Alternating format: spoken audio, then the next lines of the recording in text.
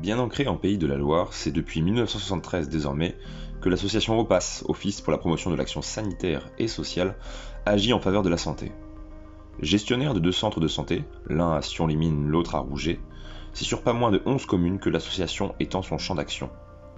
Dispensant des soins de premier recours à domicile ou lors de permanence au sein de ces centres, l'OPAS a pour objectif de faciliter l'accès aux soins pour tous et à moindre coût, notamment grâce à l'application du tiers payant généralisé. Cette association à but non lucratif regroupe au sein de ses structures d'exercice coordonné 12 infirmiers diplômés d'État et 3 médecins généralistes. Ces professionnels se relaient 7 jours sur 7 pour assurer une continuité des soins auprès de ceux qui en ont le plus besoin. J'avais envie d'être au plus proche des patients et de travailler en équipe. Et c'est exactement le fonctionnement de l'OPAS.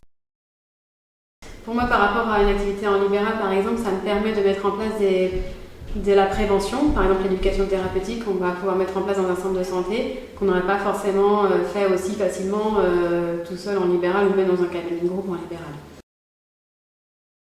Les valeurs, c'est l'écoute des personnes, quoi. Prendre vraiment le temps de savoir qui elles sont, parce que c'est pas uniquement la pathologie, c'est pas uniquement la maladie, c'est comprendre l'histoire aussi de la personne, l'histoire de sa famille dans la globalité, je pense que ça compte aussi. Nous, entre guillemets, on peut prendre plus le temps au niveau relationnel par rapport à la personne soignée. Nous, on va chez les gens, c'est vrai que c'est différent que quand tu vas dans une chambre d'hôpital.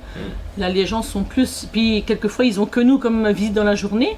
Donc, je pense que le relationnel a une grande partie par rapport à la prise en charge globale de la personne, quoi, et du soin en lui-même. Déjà, comme on dit, c'est associatif, donc en fin de compte, ça permet aussi d'avoir des bénévoles qui sont très actifs aussi dans la structure, et par exemple de mettre en place un groupe de marche dans la prévention, dans l'éducation thérapeutique. On a du temps qui se dégage plus facilement pour des actions de prévention, de dépistage. Je sens que je peux me mettre sur des projets, oui. Et puis qu'il y a une équipe aussi qui peut suivre derrière aussi. Donc, avec tous les infirmiers du centre de santé, même les secrétaires, on peut faire contribuer tout le monde sur des projets. Donc, oui. Auprès de notre patientèle, oui, on a fait du RPIB. Et moi, j'ai participé à une action de prévention Là, c'était du Moi Sans Tabac, de l'organisme Moi Sans Tabac. Ici, l'entente, elle est bonne. Il y a beaucoup de cohésion, il y a beaucoup de soutien. On a beau être toute seule dans notre voiture, on a toujours la collègue qui est là derrière si au besoin. Il y a toujours nos téléphones, donc je dirais qu'on est plutôt soudés. Il y a une bonne cohésion.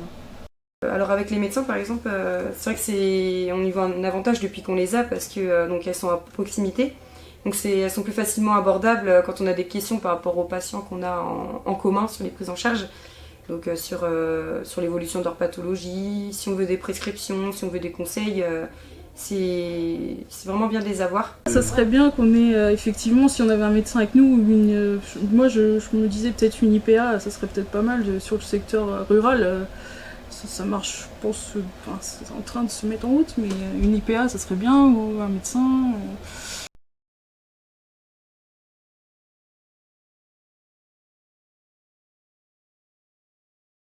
Parce que, je sais pas, moi, ils sont sympas. On est habitué avec eux, hein. On a eu l'occasion d'avoir besoin d'eux plusieurs fois. Oui.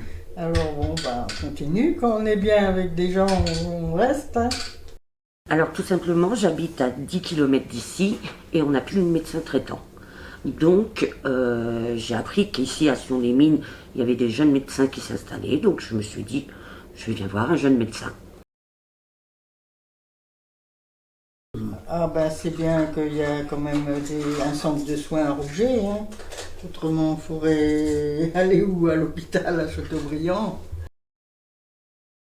C'est hyper important pour nous, déjà parce que ça fait venir du monde dans les communes, mais c'est aussi important pour notre santé d'avoir des jeunes médecins qui puissent nous prendre.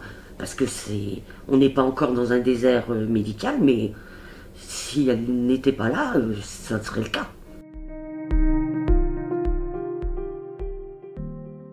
Depuis la création de l'OPAS, l'organisation du centre de santé est dirigée par le conseil d'administration, composée de bénévoles et d'élus représentant l'ensemble des communes du territoire d'intervention. En plus de participer régulièrement au suivi de l'association, chacun est libre de s'investir et être acteur relais pour promouvoir la santé sous toutes ses formes, soit en s'impliquant dans l'organisation des actions de santé publique, des actions de prévention ou de l'éducation thérapeutique.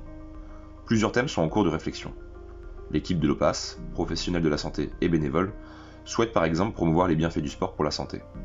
Cela passe notamment par le développement des programmes d'accompagnement à la marche pour un public cible en fonction de leur pathologie et de leurs possibilités, ou plus largement en réunissant les personnes âgées lors d'une marche bleue. De beaux projets avec une belle dynamique.